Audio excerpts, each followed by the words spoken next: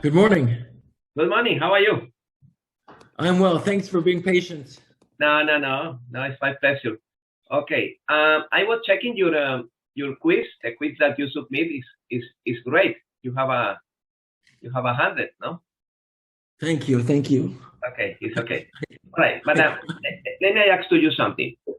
It's clear for you that when you connect batteries in series, you increase the voltage, the output voltage, but Yes. the intensity, the amps, stay constant, no? And the total resistance in a series circuit at the end is resistor 1 plus resistor 2 plus resistor 3, all of them together when you connect in series. The only that you need to keep in mind is when I connect in series, the intensity stay constant. And the voltage increase. That's important. Crank it up. That's for cranking, correct, for cranking. Bow thruster. But when you connect the batteries in parallel, you increase the intensity, you increase the flow, the amount of amps storage. However, the voltage stays constant. You understand? For example, in a house battery bank, it's good idea if you connect the batteries in parallel, because you can storage more and more amps, especially if your boat is a sailboat or a catamaran.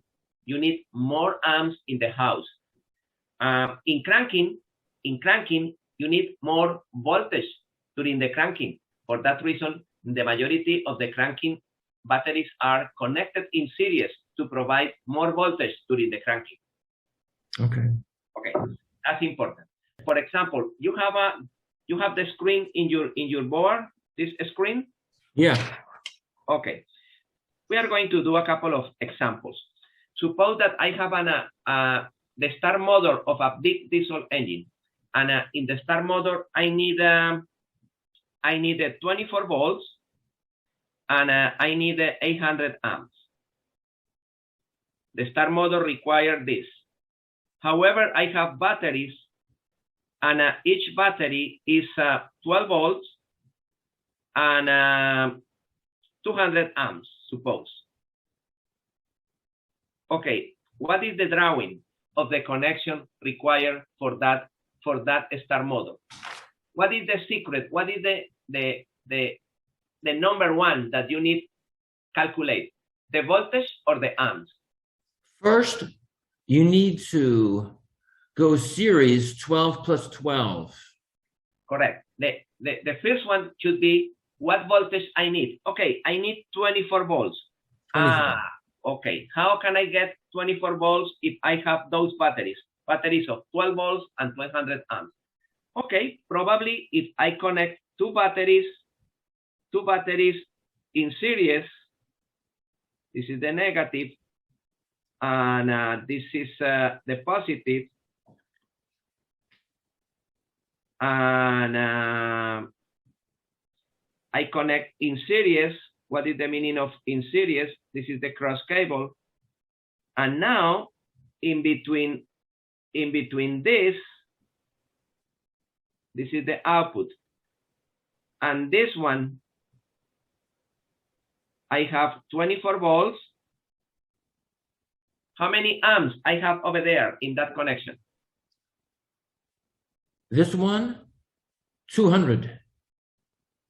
Two batteries in series, 200. Correct. Yeah, it's constant. Correct. 200 amps and 24 volts. But how many amps you need? We need 800. Okay, we need 800. In that case, we need to connect other series of this exactly the same. And I am going to connect the negative of both series connected together. And right now, in between both series, what is the voltage that I have? 400. No, in this moment, I have the voltage. Oh, 24. It's 24, correct. 24 volts. And how many amps I have right now? It is 200 plus 200 is 400. 400 amps. Perfect. And I need 800. Okay. I need other and other. And finally, this is my output positive, and this one is my output negative. How much is the total voltage here? 24. 24. And how many amps I have? 800. I have 800 amps. Perfect. This is the combination that I need to provide 24 volts and 800 amps. You can combine. What is the secret when you do this type of a combination? That the secret number one is that all the batteries should be exactly the same batteries. Mm-hmm. The same type of batteries, the same capacity in amps, and the same voltage. And also, all of them should be lead acid, or all of them should be gel, or all of them should be AGM, should be exactly the same characteristics. Attention, suppose that we have this example. We have two battery banks, and we have a battery charger with two outputs. Or suppose that you have a boat with two battery banks, and you have two sources of power. One source of power is the alternator of the engine, and the other one is a battery charger. When your boat is in the dock, you connect the battery charger, and the batteries are charged with power coming from the battery charger, no problem.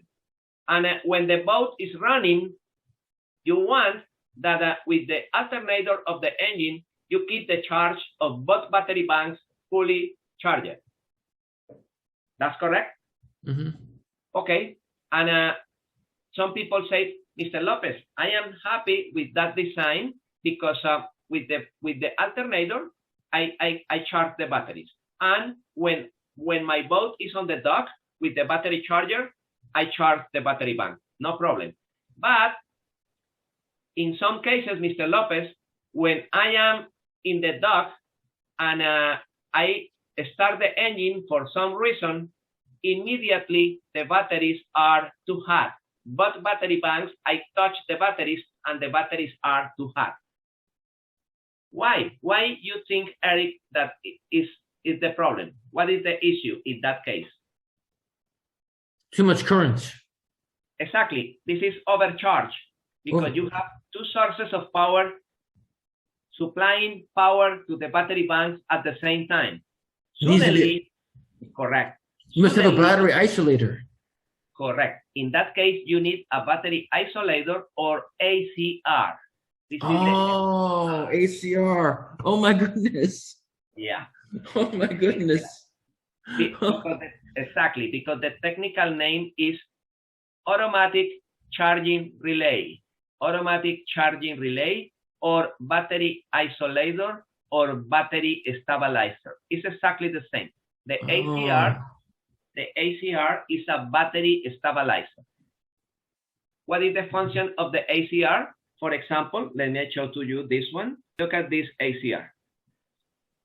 This a.c.r that you have here in this picture receive power from the alternator in the middle and send power from each output to each battery bank.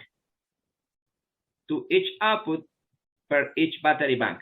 In this particular case, in the case of the picture that you have on the screen, is one input and two outputs.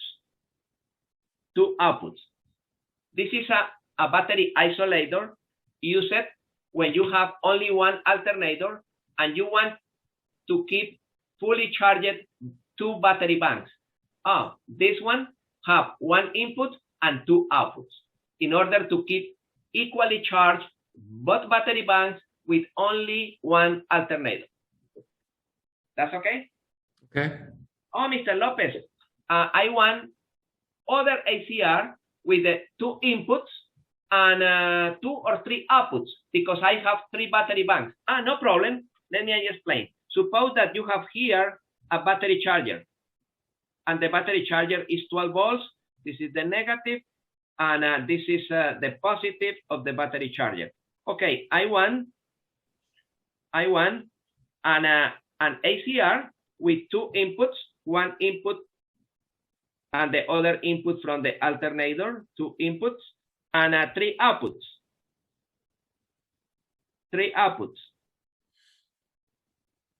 One output for this battery, other output for the other battery, and suppose that I have the battery number 3 here. This is the positive, this is the negative of the battery. The other output is for the battery number 3. And I have one source of power coming from the battery charger. That's the battery charger. And other one from the alternator. I have two inputs, input and inputs, and three outputs. And doesn't matter if both the alternator and the battery charger are working at the same time. The a.c.r, the stabilizer, keep the level of charge in the three battery banks equal, exactly the same. Oh, good. Okay, I see. When one battery charger is fully charged, when one battery bank is fully charged, the a.c.r don't send more power to that bank and send power only to the bank number 2 and bank number 3. If all of the banks are fully charged, the a.c.r dissipates the energy by heat. For that reason, those a.c.r, they have aluminum fins. Oh my goodness, very important. To dissipate the power by heat. This is do boat owners know about this? No, this is very important, Eric. Always in a boat, you have minimum 1 or 2 battery banks, one or two a.c.r. Depending on the amount of battery banks that you have in your boat, you need a.c.r. in order to keep the level of the battery bank equal.